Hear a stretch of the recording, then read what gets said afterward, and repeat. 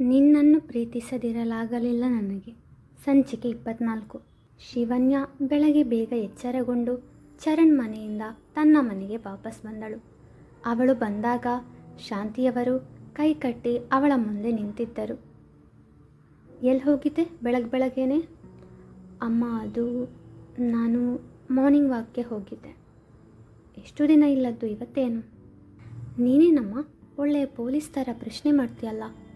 ನಂಗೆ ಬೇಗ ಎಚ್ಚರ ಆಯಿತು. ಹೇಗೂ ಎದ್ದಿದ್ದೇನಲ್ವಾ, ವಾಕಿಂಗ್ ಹೋಗೋಣ ಅನಿಸ್ತು. ಸರಿ, ಬೇಗ ಫ್ರೆಶ್ ಆಗಿ ಬಾ, ಕಾಫಿ ಕೊಡ್ತೀನಿ.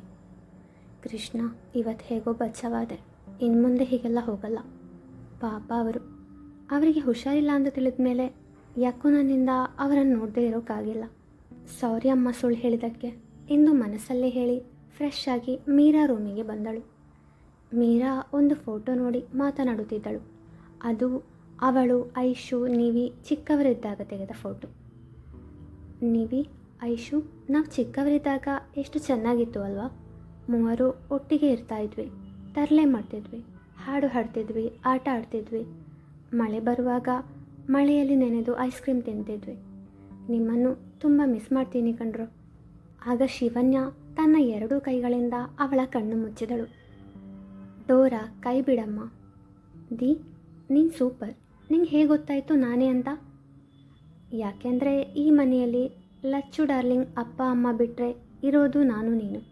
ಅವ್ರ ಈ ಥರ ಮಾಡಲ್ಲ. ಉಳಿದಿರೋದು ನೀನೊಬ್ಳೆ. ಅದನ್ನು ತಿಳಿಯೋದು ಬ್ರಹ್ಮವಿದ್ಯೆ ಅಲ್ಲ. ಹೇ ನನ್ನ ಕೈ ಒತ್ತೆಯಾಗಿದೆ. ನೀನು ಅಳ್ತಿದ್ದೀಯಾ? ಇಲ್ವಲ್ಲ. ಮತ್ತೆ ಕಣ್ಣಲ್ಲಿ ನದಿ ಉಕ್ಕಿ ಹರಿಯುತ್ತಾ? ಅದು ನಿಜ ಹೇಳು. ಏನಿಲ್ಲ ಡೋರಾ, ಅದು ನಿವಿ ಐಶು ನೆನಪಾದರು. ನಿವಿ ಅಕ್ಕ ಮದುವೆಯಾಗಿ ಅಲ್ಲಿ ಹೊಸ ಮನೆಗೆ ಹೊಂದಿಕೊಳ್ಳಲು ಪ್ರಯತ್ನ ಪಡ್ತಿರಬಹುದು. ಆದರೆ ಆ ಐಸ್ನ ಸುದ್ದಿ ಇಲ್ಲ. ಎಲ್ಲಿ ಹೋಗಿರಬಹುದು? ಗೊತ್ತಿಲ್ಲ.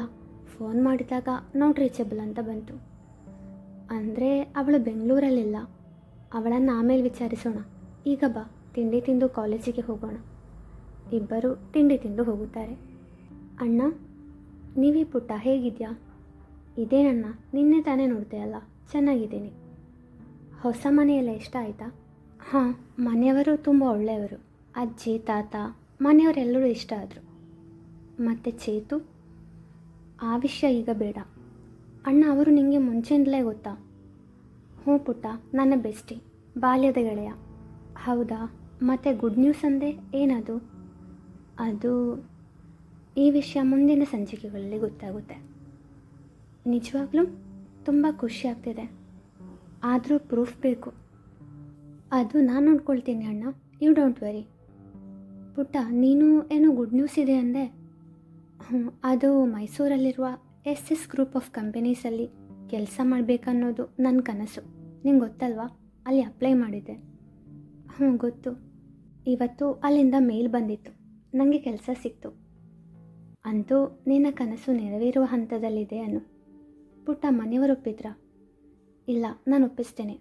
ಸ್ವಲ್ಪ ಹೊತ್ತು ಹಾಗೆ ಹರಟೆ ಹೊಡೆದು ಕಾರ್ತಿಕ್ ಹಾಗೂ ನಿವಿ ತಮ್ಮ ಮನೆಗೆ ಮರಳಿದರು. ಮೈಸೂರಿನ ಸಾಂತ್ವನದಲ್ಲಿ. May come in doctor? Yes, come in.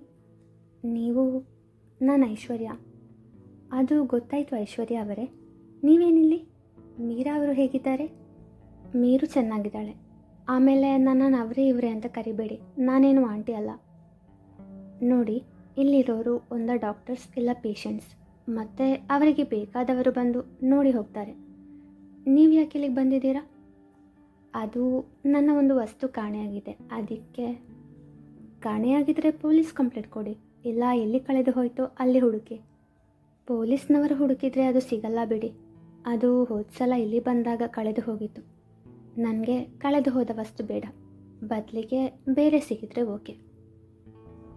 ಎಲ್ಲಿ ಕಳೆದು ಹೋಗಿದ್ಯಾ? ಏನದು? ನನ್ನ ಹೃದಯ. ರೀ, ಏನು ಮಾತಾಡ್ತಿದ್ದೀರಾ? ನನ್ನ ಹೃದಯ ಹೋದ್ಸಲ ಇಲ್ಲಿ ಬಂದಾಗ ಇಲ್ಲೇ ಕಳೆದು ಹೋಯಿತು. ನನಗದು ಬೇಡ, ಬದಲಿಗೆ ನಿಮ್ಮದು ಕೊಡಿ ಸಾಕು. ಕೊಡ್ತೀನಿ, ನಿಮಗೆ ಚಿಕಿತ್ಸೆ ಕೊಡ್ತೀನಿ. May be 1-2 sorry current shock ಕೊಟ್ಟರೆ ಸರಿ ಹೋಗಬಹುದು. ಡಾಕ್ಟರ್, ನಿಜ ಹೇಳ್ತೀನಿ, ನಂಗೆ ನೀವೇ ಚಿಕಿತ್ಸೆ ಕೊಡಿ. ನಿಮ್ಮನ್ನು ಮೊದಲ ಸಲ ನೋಡಿದಾಗ ಹೊಟ್ಟೆ ಒಳಗೆ ಚಿಟ್ಟೆ ಬಿಟ್ಟಂಗಾಯಿತು. ಆಮೇಲೆ ನೀವು ಮಾತಾಡ್ತಾ ಇದ್ದರೆ ಹಾಗೆ ಕೇಳ್ತಾ ಇರಬೇಕು ಅನ್ನಿಸ್ತದೆ. ಆಮೇಲೆ ನೀವು ನಮ್ಮ ಲೆಕ್ಚರರ್ ಆಗಿ ಬರಬೇಕಿತ್ತು ಅನಿಸೋದು. ಹಾಗಾಗಿದ್ದರೆ ನಿಮ್ಮನ್ನು ಯಾವಾಗಲೂ ನೋಡಿ ಈ ಕಣ್ಣುಗಳು ಪಾವನವಾಗುತ್ತಿದ್ದವು. ಮತ್ತೆ ರಾತ್ರಿ ನಿದ್ದೆ ಬರೋದೇ ಇಲ್ಲ. ಮನಸ್ಸು ನಿಮ್ಮ ಸುತ್ತಲೂ ಸುತ್ತುತ್ತಿರುತ್ತೆ. ಅಪ್ಪಿತಪ್ಪಿ ನಿದ್ದೆ ಬಂದರೂ ಕನಸಲ್ಲೂ ನೀವೇ ಬರ್ತೀರಾ. ಬೆಳಗ್ಗೆ ಏಳುವಾಗ ಮೊದಲು ನೆನಪಾಗುವುದು ನಿಮ್ಮ ಈ ಮುದ್ದು ಮುಖ. ಒಟ್ಟಿನಲ್ಲಿ ಹೇಳುವುದಾದರೆ ನನ್ನ ದಿನ ಶುರುವಾಗೋದು, ದಿನ ಕೊನೆಯಾಗೋದು ನಿಮ್ಮ ನೆನಪಲ್ಲಿ. ನನ್ನ ಬಾಳಿಗೆ ಸೂರ್ಯ ನೀವೇ. ಅವತ್ತು ನಾನು ಓದ್ತಾ ಇದ್ದೆ, ಅದಕ್ಕೆ ನಿಮ್ಮ ಹತ್ರ ಪ್ರೀತಿ ವಿಷಯ ಹೇಳಿರಲಿಲ್ಲ. ಇವಾಗ ಓದು ಕಂಪ್ಲೀಟ್ ಆಯಿತು. ನನ್ನ ಮನಸ್ಸು ಕದ್ದ ಕಳ್ಳ ಡಾಕ್ಟ್ರೇ, I love you. Doctor Abhilash ಅವಳ ಮಾತನ್ನು ಕೇಳಿ ಗರಬಡಿದವರಂತೆ ನಿಂತರು.